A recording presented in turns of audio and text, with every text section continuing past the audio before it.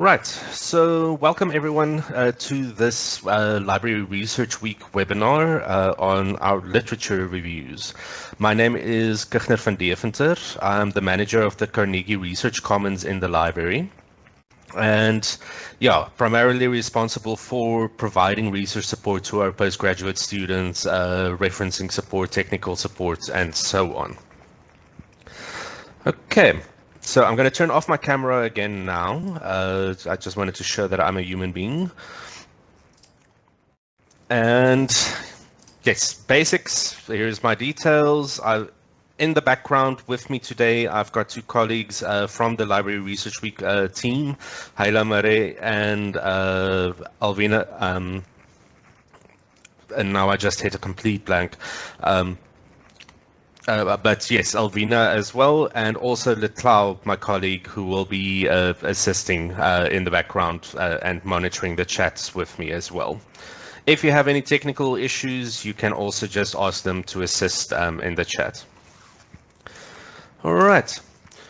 So today is going to be a brief overview of what I usually cover in a bit of a longer session, but I'm going to go over the most important elements, and then I'm going to focus specifically on the literature synthesis table and how to do kind of a practical run on how to break down an academic article as an example into its core elements in order to compare, contrast, and basically determine what is the most important aspects that you should take from the literature.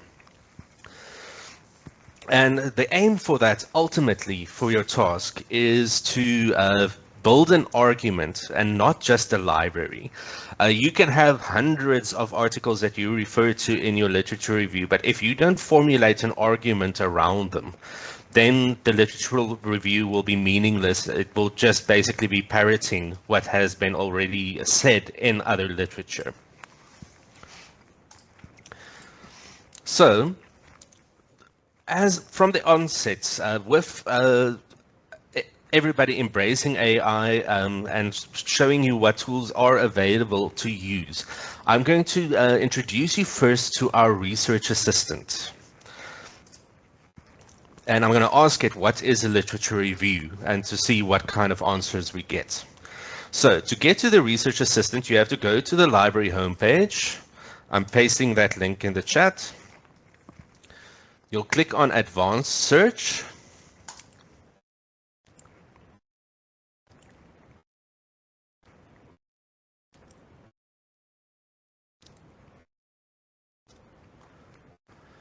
And then here you'll see Research Assistant. And I see it's no longer in beta mode, so it means it has been thoroughly tested and now it is fully functional, hopefully. Nothing is certain with the internet. So you'll click on that. You'll log in either as a registered client or as a visitor. So I think my credentials should be fine there.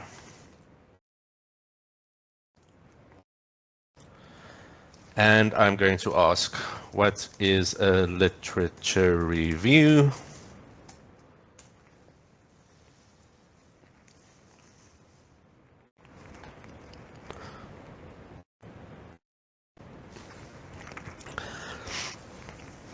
And then you'll get your summary here, which is basically based on the 5 most relevant sources that our database Primo could identify. So, according to this, a literature review is a systematic process that synthesizes existing research on a particular topic to establish a state of knowledge and justify the relevance of a research questions. It serves as a foundational tool within the research community, particularly in the humanities and social sciences, where it employs rigorous techniques for identifying, retrieving, and analyzing data to enhance transparency and replicability in scholarly work. Yes, and so along with the idea that it's to build an argument, it's essentially to justify your research.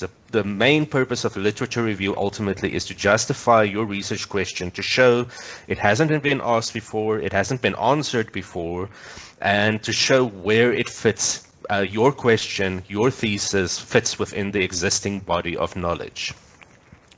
And here at the bottom, you could then ask some follow-up questions. So you can ask, for instance, what is the difference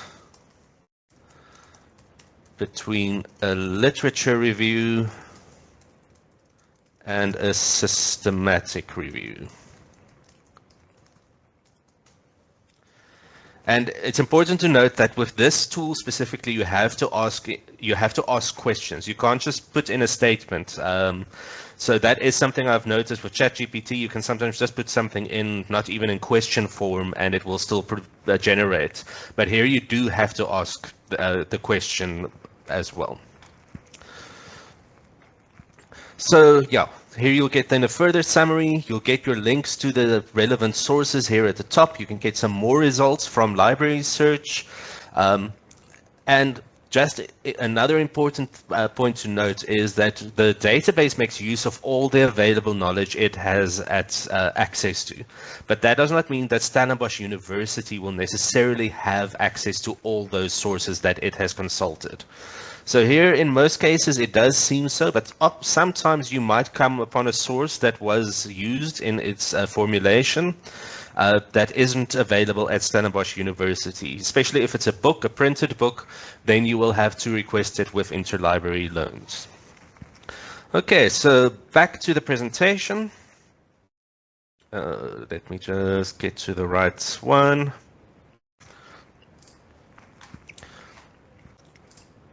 Okay, so our understanding of a literature review and kind of the guidelines that we follow at here at the library are based on these 7 steps. And some of them I'm not going to go into too much detail today, specifically just for the purposes of brevity. But I'm going to share the complete slide with you, all the information, and I will also share a link of a previous recording where we covered all of these steps in a bit more detail if you want to go through that as well. But the steps, the first one is to identify your question and to narrow it down, to then review the discipline styles. And here I do need to emphasize that it is not within my scope or the library's scope to provide you with an overview of all the different discipline approaches to how literature reviews are done. So, I mean, medicine and health sciences has a different approach. Engineering has a different approach. Theology has a different approach. All the different faculties will have different ways of how a literature review is done. And we can't cover all of that in even 2 hours as well. So I will, at that point, just highlight where you can find examples and who you can ask for further guidance as well. Then searching the literature. This is where you need to become friends with your faculty librarian. Then managing the literature, critically analyzing and evaluating it, then synthesizing, which will be the focus for our session today, and then writing the review as well.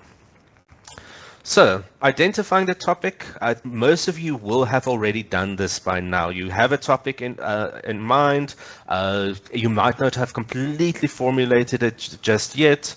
So then you can refine your topic by searching on the databases, just reading and finding background information. Wikipedia is a great example of where you can find background information to see what has already been written on the topic and what are the gaps and issues regarding the topic. And then narrowing that question down. So you should by now know what your topic is about and to start developing that question. So I'm not going to go into these now, but yeah, consider these 6 journalistic type questions that you can ask when formulating your question. Who, what, where, when, why? Why does it look like there's only 5? Okay, so there should actually only be 5 there, but yeah, so the W's are always important to consider. Okay, so now searching for examples in your discipline. Yes, I will include a copy of the presentation with an email I'll send out afterwards as well. Okay, so As I said, we cannot cover all the different faculty examples of how literature reviews are covered. So while I go there, please give me a couple of examples of your topics that you're covering.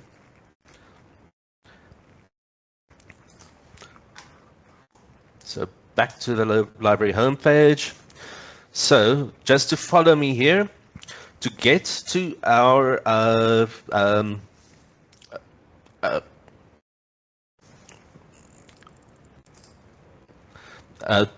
so to get to our SU research output, you can click on the Find button here at the top. If you click on that, then if you scroll down to SU research output, and then you click on theses.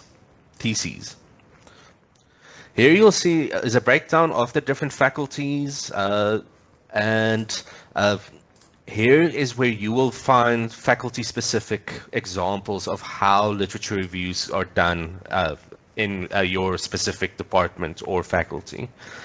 All right, so if somebody can give me an example, you can type it in the chat of of an example I should go and look up.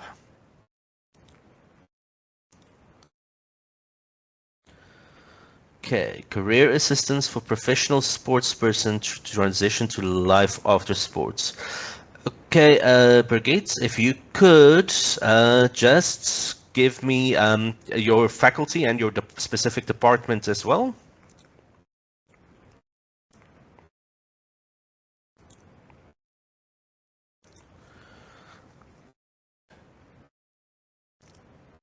Okay, so economic and management sciences and industrial psychology. So we'll click on this.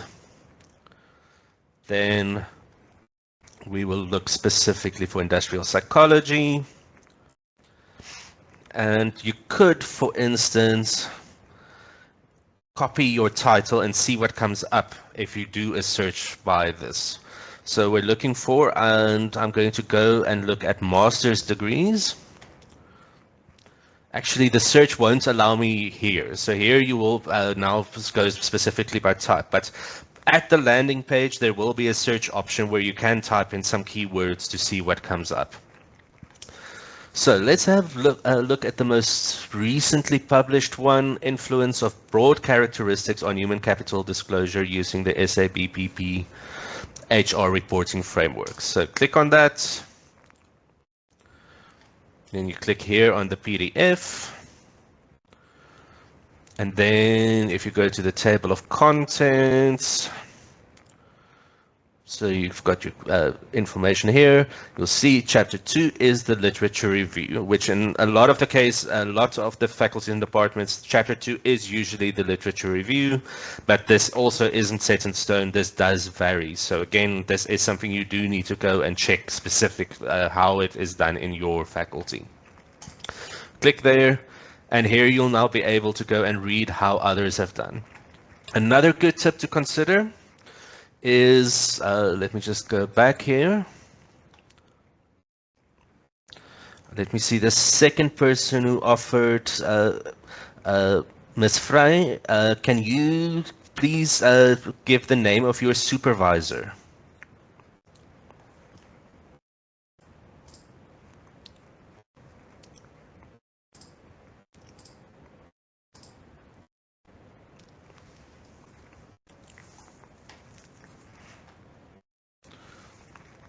Okay, so let's see if I search like that. Actually, I'm going to do it this way around just to see.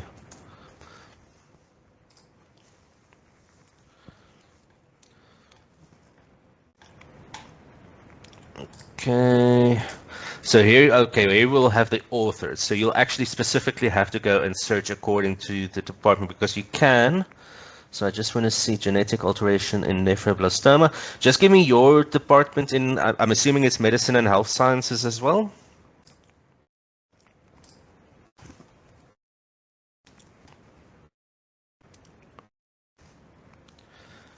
Anatomical pathology, let's see.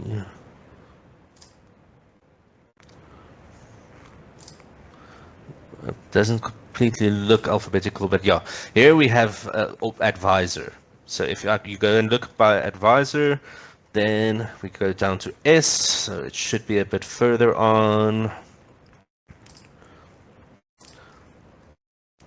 Yeah, here we go. Let's type it there and see browse.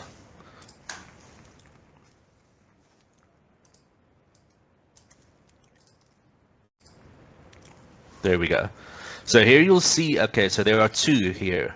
One where his name, the full name is written out. Here it's abbreviated, but if you click there, here you'll find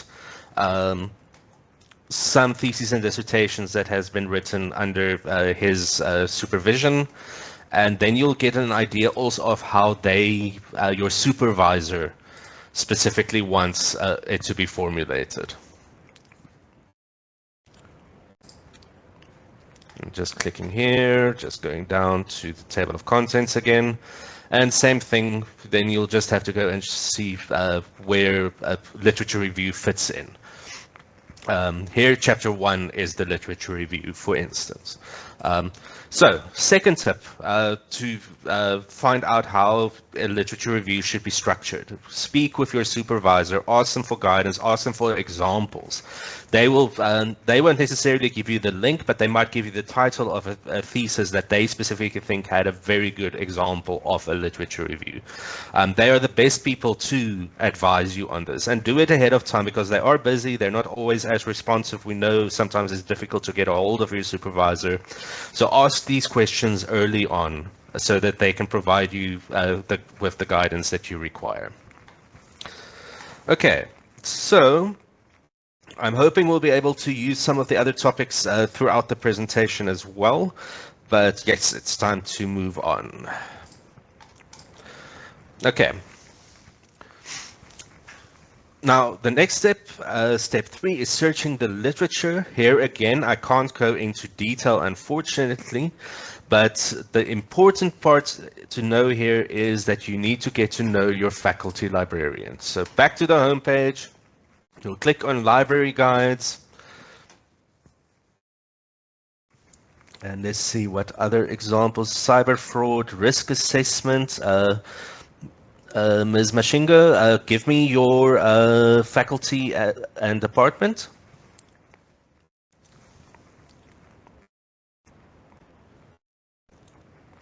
And while I'm waiting for that, the one I accidentally skipped over now, addressing the technical risk in financial services entities relying on artificial intelligence for cybersecurity. Both of you are actually kind of, it seems like, might be in the same area. So you could scroll down here and look for economic and management sciences. But you'll see there's an EMS there, so it's not the only one. There's economics. If you click on that, you'll get a broad one here specifically for economics in general. But yeah, so auditing, for instance, if we were to type in auditing, and yes, I see you say you are at UP, so your library will also have library guides. But yes, so computer auditing, so School of Accountancy, if you click there, and this is how you will then find who your faculty librarian is. There will be contact details. You'll be able to schedule an appointment. And very importantly, before you start searching the literature on your own, make an appointment, half an hour, just to go and sit with your faculty librarian and help them to formulate your search string, your keywords, identify what's all the different aspects that you will need to find the most relevant information. Because the main thing with a literature review also is it's nearly impossible to include all the literature that's been written on a topic. So you need to be able to identify what is most relevant, most impactful for your specific review.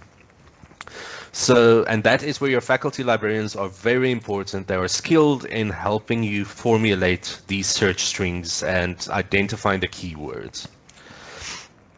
So theology, Hayla, who is one of our co-organizers here online, she is Ms. Katomi. You might even already know her as well.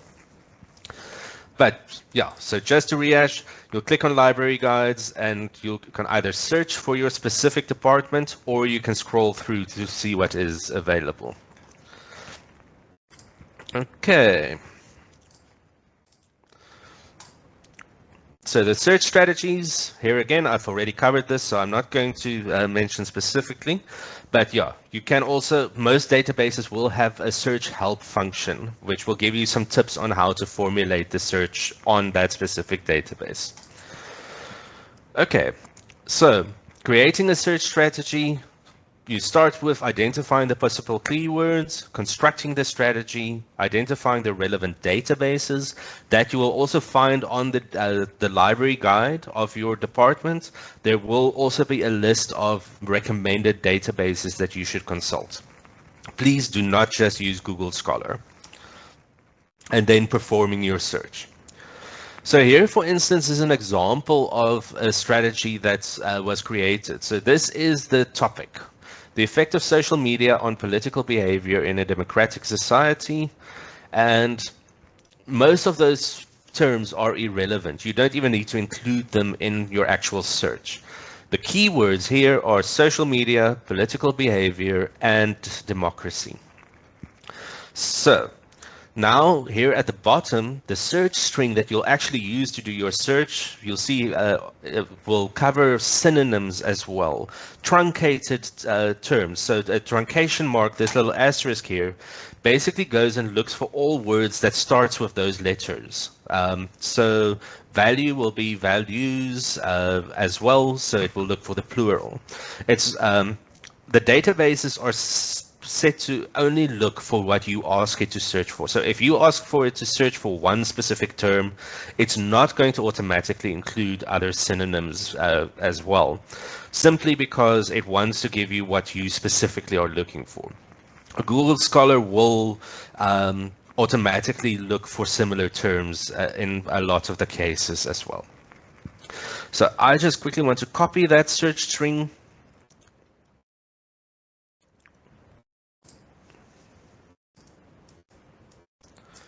And go back to our home page. And I'm going to paste that just like that's in there, and I'm going to search.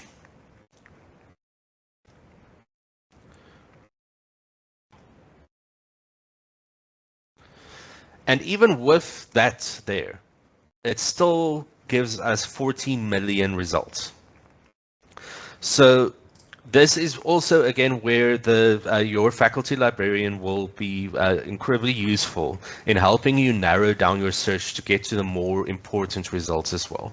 You can filter here a little bit. You can say you want peer-reviewed only. You want what's only available online. I don't recommend that because it's sometimes you will have to request the material from another library.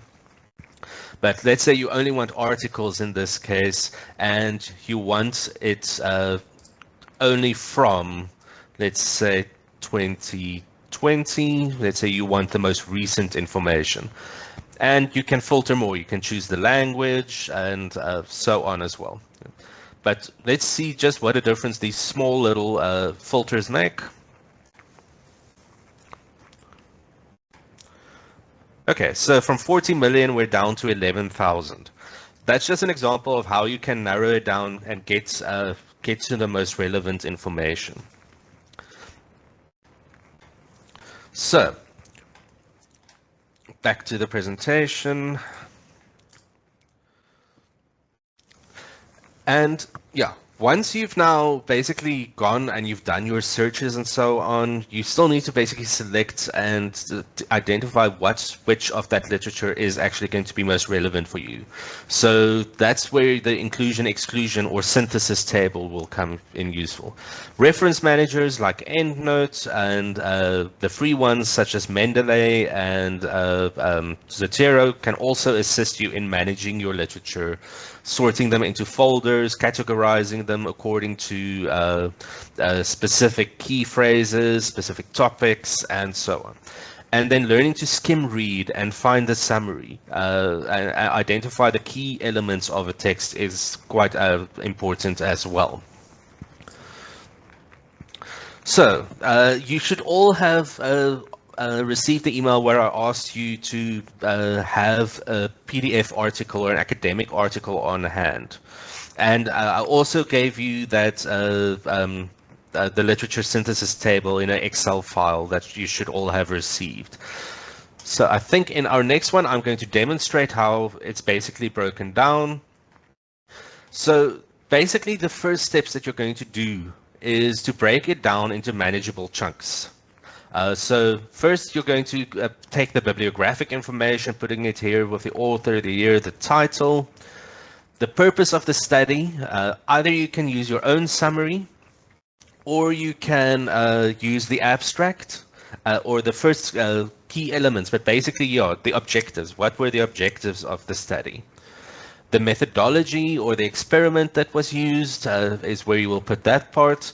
The sample or the research design that was approached, because I mean, not all academic articles will have a sample for their research. I mean, it might be a comparative literature article. And that is also very important about these headings here at the top. They're not set in stone. They need to fit your purpose. So, I mean, if you did do, if it's comparative politics, for instance, you need to work around that idea. So, even then, the sample you could say is, okay, Mexico, Canada, and the USA were compared with one another, something like that. But yeah, you use the table to break down the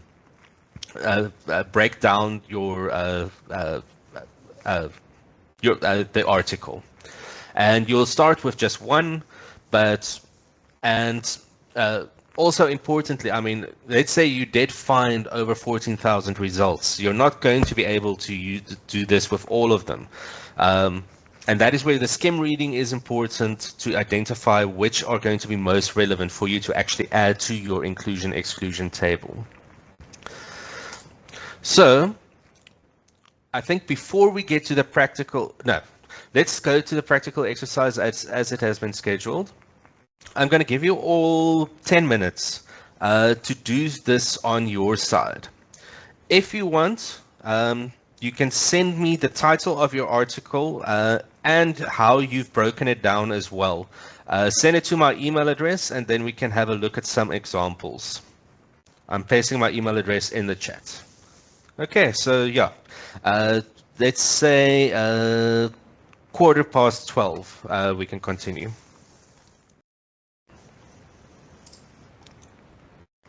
So what I think I'm going to do, I see a request here now from Ms. Frey on an article that makes it a bit tricky to add. So, the first thing to take note of, and I think that it might make it tricky, is that this is a review article, it seems, of somebody else's original article. So it's basically a summary of what's already been done, but yeah, you're going to essentially have to work through this and identify the experiment that was conducted, summarize it. The findings, all the different types of aspects that's required here. So, I mean, author, year, title is easy. The purpose, what was their intended purpose, for instance, the method, sample, or experiment, and then the findings. And the findings would usually be found in the conclusion. Okay, here I've got an answer, so let me see this one. So here we've got the information, the article written, determinants of SMEs performance from business strategy to innovation, the purpose of the study, the method or experiment or approach, and the sample or the design, and the findings as well that summarizes it.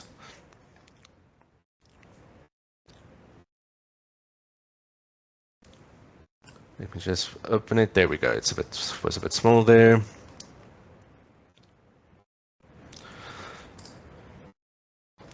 So we've got the equation modeling. So these are all kind of like the keywords type of things. So if you plan on doing a specific type of experiment or conducting a specific type of interview methodology, obviously those articles that use similar or identical methods will serve your purposes more than those that do not have anything in common. So essentially this table, and this is kind of what I want to point out, is a compare and contrast table, where you take the key elements, because once you've broken your the literature that you've identified that's relevant down here, you'll be able to compare and see, okay, wait, these two articles are quite similar, so I should group them together. When I refer to this specific method, I should refer to what these authors had to say. If that does make sense, I hope. Let me see if that worked. But I think, it might be a bit tricky to get everybody to paste here, but let's see. Let's try if we can experiment with this till about half past. So I'm going to paste a link in the chat. It should take you to the literature synthesis table, which we can all work on together. Now, for this to work optimally, please keep others in mind as you work on it. So if you choose a line, only work on that line. Don't start typing on the first line here, first number 2, for instance. So once you've selected a line, put your name there, and then populate your information. I'm going to put here at the front, I'm going to put a column to the left, and I'm going to put name there. So put your name next to the line which you want to use to populate. All right, and we're getting a couple here now as well. So the first one, Fernando Camargo. Yeah, remember to add the year, all the reference. Also very important when you're working with your literature is to keep a record of that source. The authors, the years, the title, the journal title, so all the necessary information that you're going to need for the reference. Because, and this is something that I've encountered a lot, is people, they use literature, but then they forgot where they got it from. And then they have to go and sift through all the hundreds of PDFs they've downloaded because they can't remember who wrote that specific piece. And then it makes it difficult to cite. So always be very accurate with your referencing. It's a pain, but it's a very important pain. So here we've got the summary, the type of method. And yes, again, okay, so these headings here at the top might not fit everybody, so just remember that as well. So use it how you use it on your side.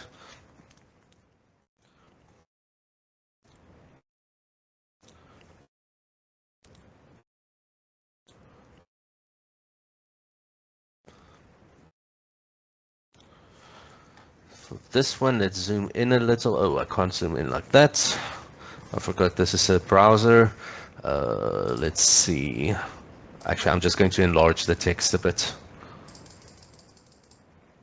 and make it a bit bigger and make the text now a bit smaller again.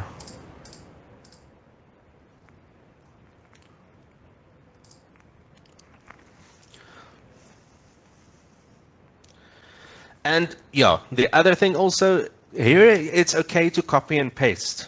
I mean, if you just want to copy sections of the abstract that's relevant to the objectives, that's relevant to the, and so on, you're not going to be using this directly in your work. This is just for your own idea, for your own way to formulate. So you're not expected here to summarize and to get all the information and formulate it and paraphrase it. Copy and pasting in this is completely fine.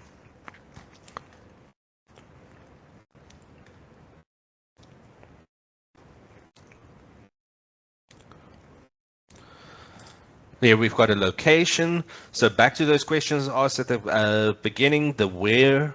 So here we've got one specific hospital that was used in the study. Do you want to expand? Have you got a broader hospital? Location can be tricky because if you narrow your location down too much, the available literature might become limited as well. Here's a good description of the available data that was used for the sampling, the findings as well.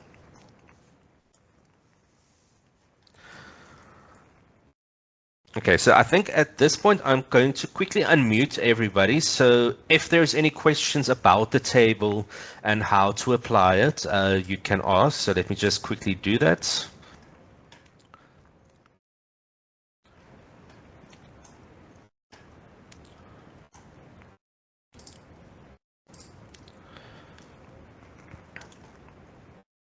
Okay, so you can now all unmute yourselves, but please, just ask that if you did ask a question, just remember to mute yourself again afterwards.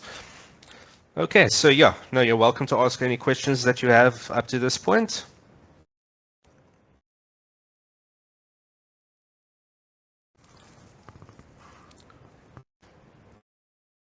Hi, Kitchener. Is it Kitchener? Kitchener is fine, yeah. So my pronunciation is Kitchener, but I'm used to so many variations. Oh, Kitchener. Yeah, I wanted to check whether the one I sent to you, it's me, Noctula. How is it done? Is it done properly so that I know whether I'm doing the right thing? The one about the SMEs. Of SMEs. The purpose of the study is to identify determinants of SMEs performance from business strategy to innovation.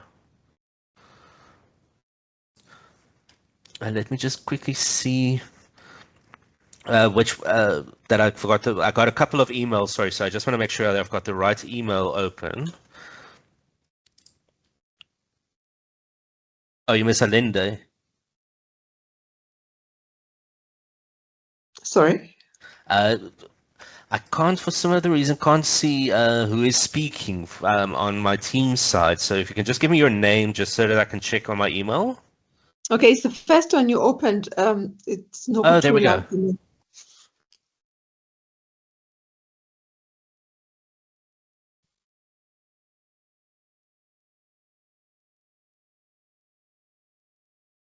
Here we go. Yes, so I think, do I have it open?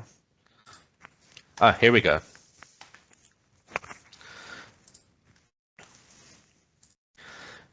Yeah, I think basically the core is I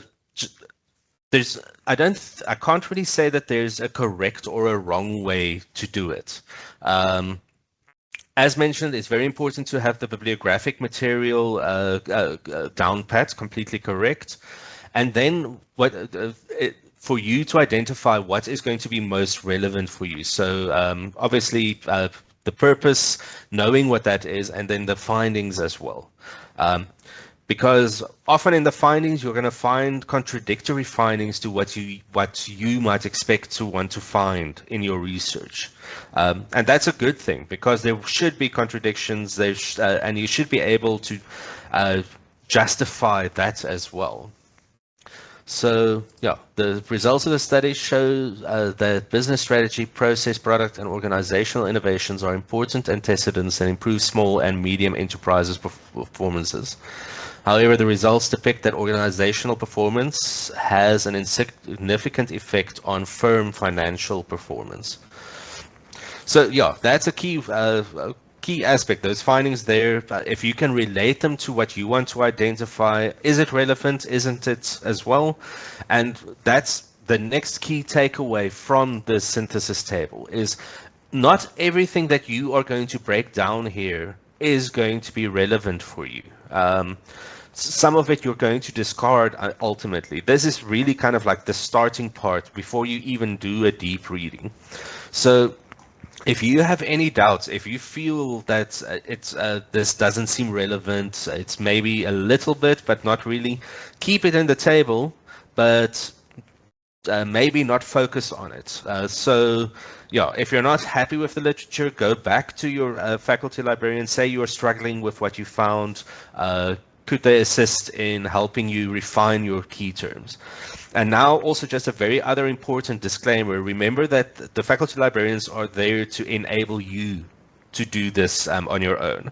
So they won't do these searches on your behalf, but they are more than willing to sit with you and help you develop your skills on how to do these searches. I hope that answered your question. I'm not too sure, unfortunately. Okay. All right. Okay, so yeah, this was kind of like just a practical so that you can get an idea of how to break it down. We'll come back to this page a bit later. So if you feel you want to continue populate your section as well, you can continue doing so. But just for the sake of the presentation, I'm going to continue now and just share my screen again, or share my slides. And now going on to the next one. Reference management tools and why they're important. And I actually need to update that to EndNote 25 because we've recently upgraded to EndNote 25. So as I said, referencing is a pain. Keeping track of all that information can be tricky. So, I mean, if you want to just put in the title, then you can keep the rest of the information in your reference manager. Just keep your head and be sure that you've got the information linked to the correct sources. But yeah, the idea is you can keep all your citations in one place. You can actually read and annotate the documents in EndNote itself. It will help you with your citations later on, and it will automatically generate bibliographies according to the specific styles that you require. You can take notes, and you can share your library with other colleagues if you are collaborating on an article or on a research project as well. So, but the other very nice feature of EndNote now that EndNote 25 brought in, and I think it's still a bit fresh, it's still developing, so there might be room for improvement. Just want to zoom out a bit. But it is this research assistant in EndNote 25. Most of you might still have EndNote 21 installed, so when you get a chance, go and upgrade to EndNote 25. I'll share the link to the library guide now. This is only available to Stellenbosch University staff and students, unfortunately. But yeah, so what I want to demonstrate is basically this little research assistant, the key takeaway tool that naturally is not going to work now. I tested it earlier and was having the same problem. I just want to close EndNote and reopen it. But yeah, that's typically how technology works, especially if it's a new application. We only got it last week, is that it might not be working as we want it to. So I'm just going to try it one more time. Okay, so we'll go to our PDF. Click here, let's see. Okay, so yeah, typically when I wanted to demonstrate, it didn't want to work. But basically what it does is it analyzes the PDF and gives you a short summary of the core aspects of what's most important in that PDF. So this will help. I mean, that you can add that column. Basically, you can put a key takeaway column to let me just go there. You can add another column here and perhaps put a column to the left, say key takeaway. And you can copy and paste that summary there. And that will be another way for you to get a very quick, brief overview of what that article is. Is it actually relevant to your research?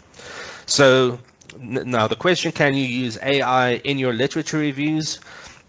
In formulating your ideas, in even helping you paraphrasing? Yes. but then you need to always acknowledge that you made use of those tools. And even if you did use the paraphrasing feature, don't just copy and paste it. Try and put it even further into your own words. If you paraphrase to get a better understanding of what's being said, that's fine. But copying and pasting even artificial intelligence's words can be plagiarism, so you need to be very careful there.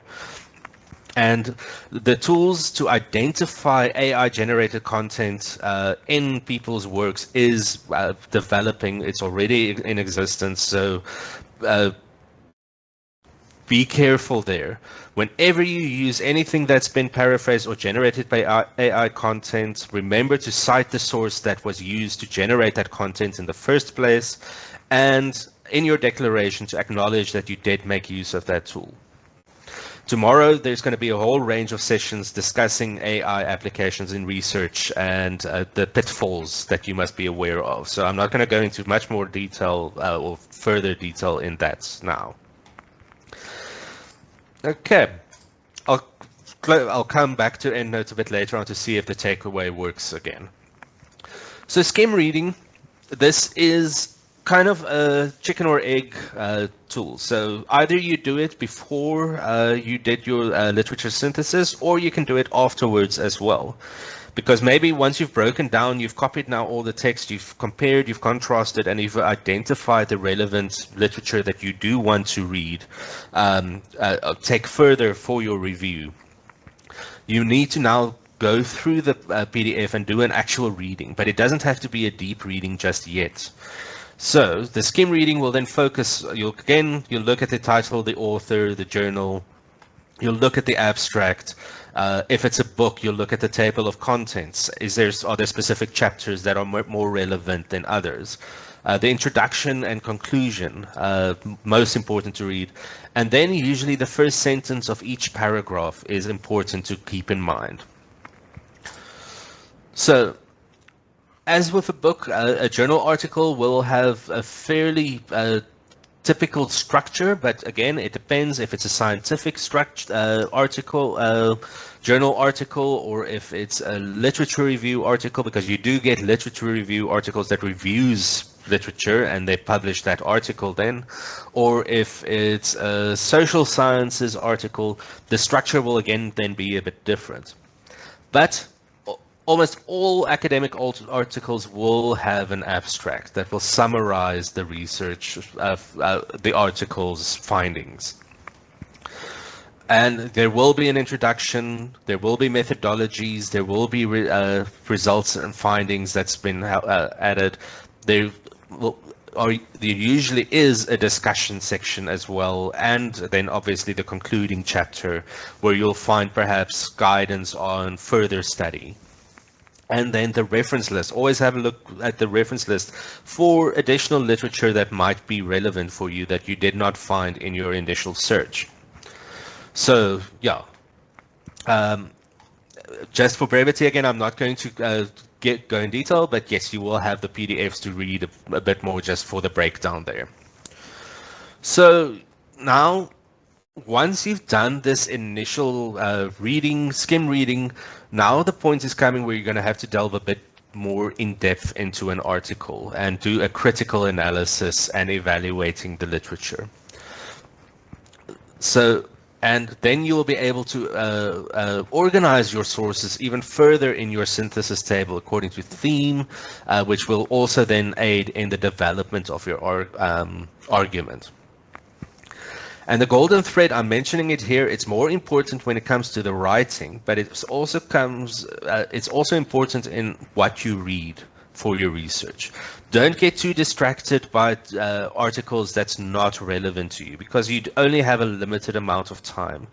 And ultimately, a literature review requires a lot of reading, and it requires intensive reading, focused reading, so that you can formulate your own understanding of the body of knowledge upon which you are building your own research.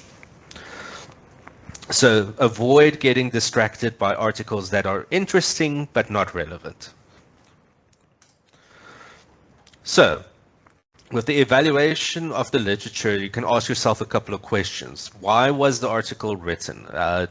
So you could ask, is there kind of an underlying agenda? I mean, these days, with our global political, economic, and social climate that we are facing, you must inherently that even you must know that even academic articles aren't inherently objective, that there might be underlying purpose, an underlying reason for writing what has been written. So be sure that there's no bias in what's been written, or that specific publisher or that journal is known for having a specific bias.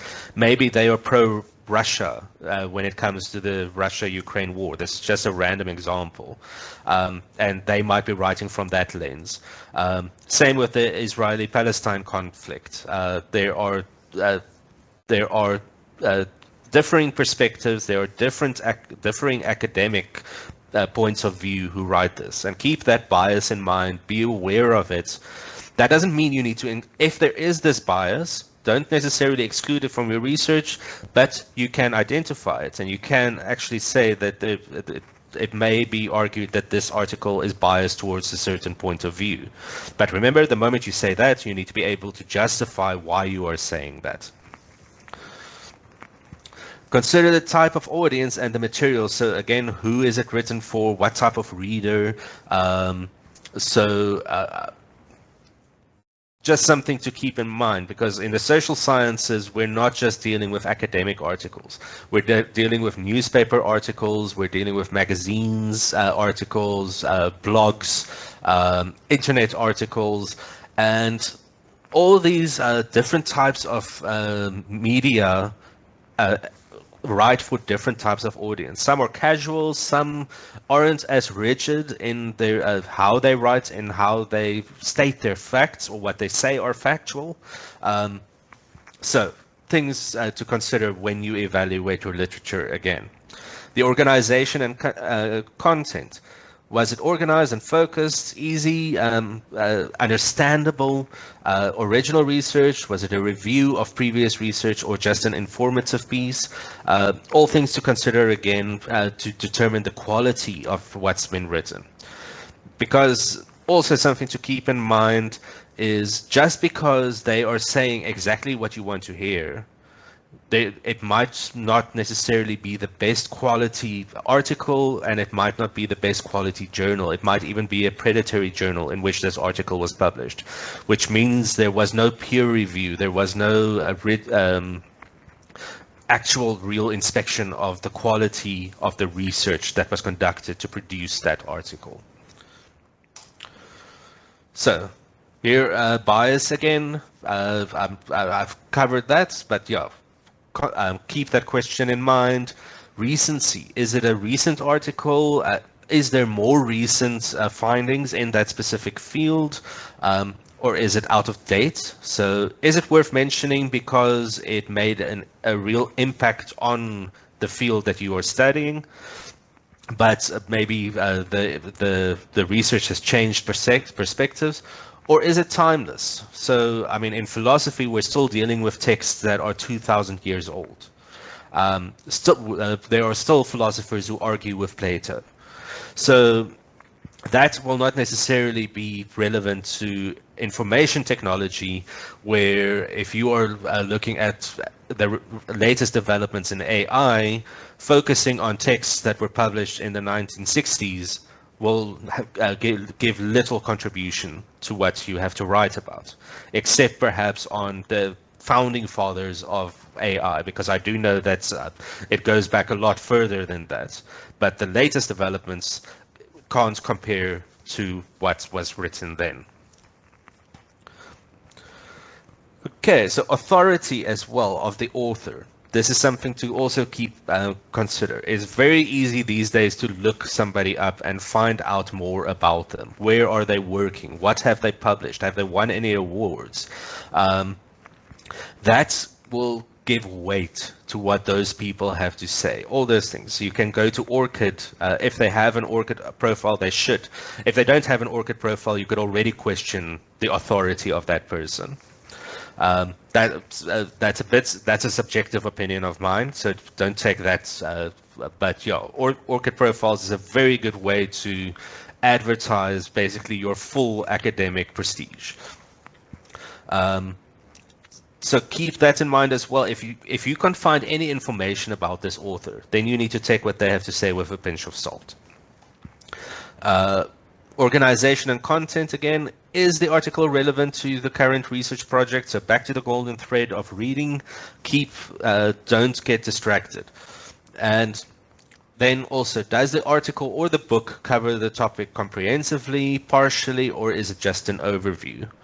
So that will determine what parts of that article you need to include in your review. Because it's entirely acceptable to only incorporate a section, but if that section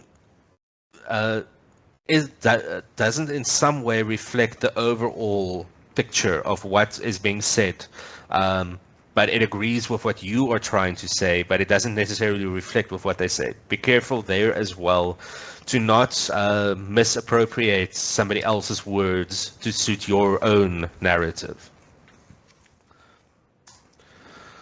Okay.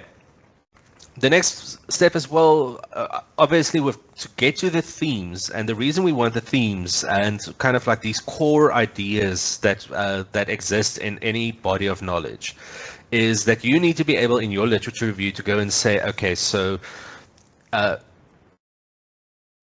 this topic was comprehensively covered by persons A, B, C, and D, and they had these specific points that are important for the research. But Ms. Jones, can I ask one of my colleagues just to assist Ms. Jones with her audio problem in the chat? But persons F, G, H, I'm maybe muddling my alphabet now, has a different perspective. And this is how they approach the research. So that is what the whole synthesis is about. You bundle together different people's findings, different authors who have got different points of view, because the further that you can that you can support specific statements by all the different, or at least the leading authors who made those statements, that gives weight to why you are including it in your literature review, and then saying, okay, so this is what persons A, B, and C said, persons D, E, and F said that, persons X, Y, and Z said that. This is where I stand with my research. I agree with person A, B, and C, but also a little bit with person X. And maybe I can show in my research why those 2 points of view can be brought together. That's the idea of synthesis, and in your writing, how to bring the different ideas together. So now in the further parts of the evaluation, now thanks to the table, you can easily get an overview of the literature for your review. You can synthesize the information, and you can determine which of the literature will be further relevant for your review and which will not. And here you can then complete your table for further analysis. So, some additional aspects here. Here, on this side, you copied and pasted. Here, you're starting to put down your own thoughts. So the themes that you identify, so you summarize the themes, a couple of keywords that you specifically identified in a specific text. Similarities, the uniqueness, and the quality of the data, which is also an important thing today to consider, is that data can be messy. And I think those who work specifically with quantitative data has experienced that. So data quality is important. Is it? Does that data meet the FAIR principles? Findable, accessible, interoperable, and reusable. Let me just quickly add this to the table, or so I just quickly want to do that. going to copy them here, and I'm going to back to this side.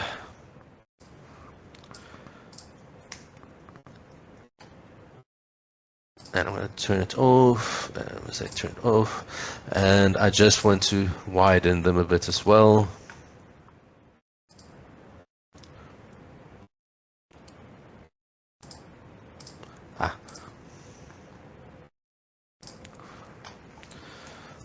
I'm just going to make them 20. It might be. Okay, but yeah, let's just drag. It's going to be quicker. There we go. Okay, so then now you can continue and you can start from what you've taken here.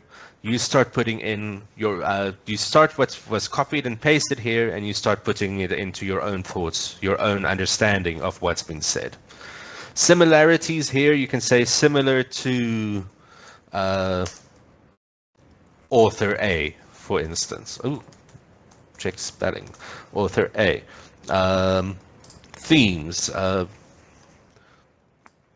So something there about firefighters. So firefighter fitness. If I were to go to the bottom one here, rather.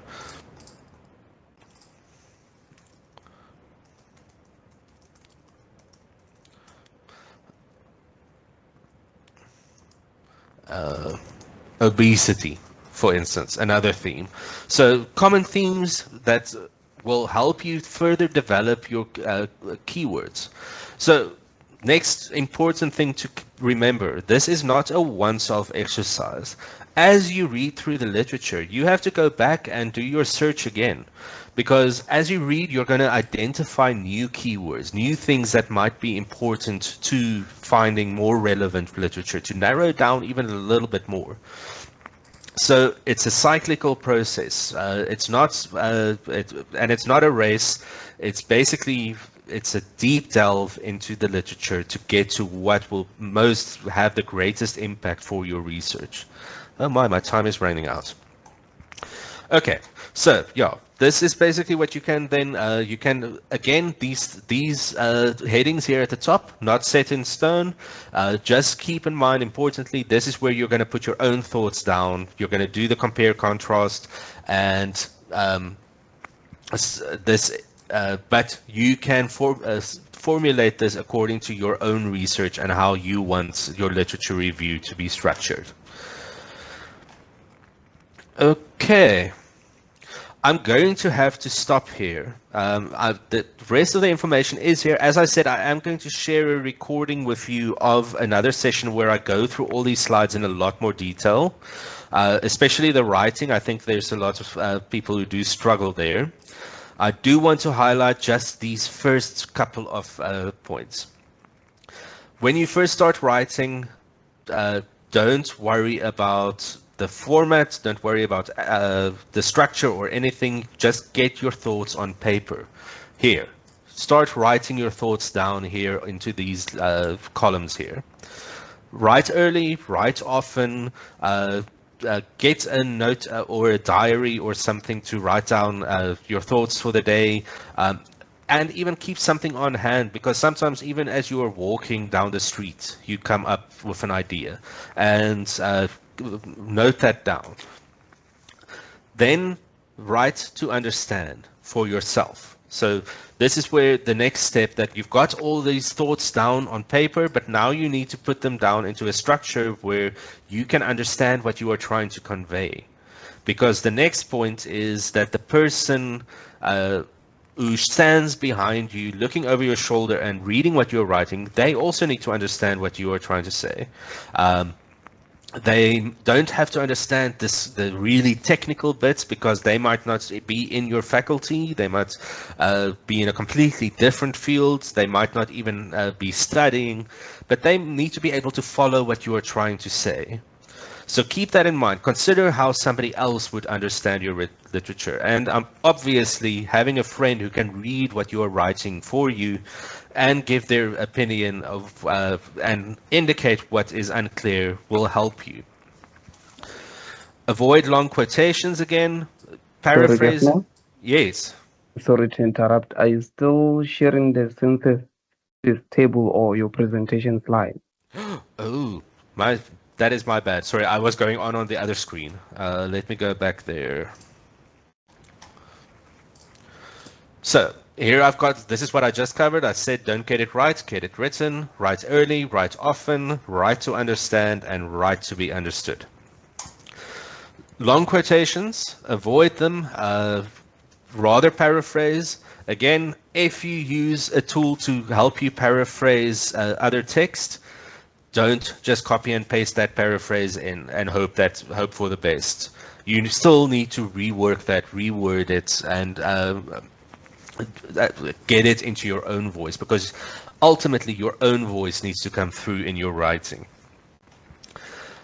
Now, when you do write for presentation, be neat and tidy in your presentation. Consult with the writing lab or your equivalent at your institution for our external partners. They can assist you in getting your academic writing up to the necessary standard. Secondary sources, avoid them as far as possible. Try whenever you can to go back to the original source. Because, and this again, ultimately with paraphrasing, because that is what happens, is somebody might misinterpret what was said, or they might misrepresent what was said. And that is why it's very important to go back to the original source wherever possible. The golden thread in the writing, the line of argument, very important as well. That is why we do have signposts, and we always refer back to our research question and so on as well. Okay. All the rest I am going to stop here because the time is up, unfortunately. But I will share that recording with you. Please give me some time. I need to process it, so it will probably only be by tomorrow that I will share all this content with everybody, including the slides. But yeah, now I just quickly want to allow some time for any questions that anyone might have. While I'm waiting, let's see if this has gotten better. No, Joy, and we've actually got a webinar on EndNote 25 tomorrow. I hope they fixed it by then. Okay, well, then I am going to thank everybody for attending today. As said, I will share all the relevant material with you, and yes, I hope to see you at some of our later webinars as well.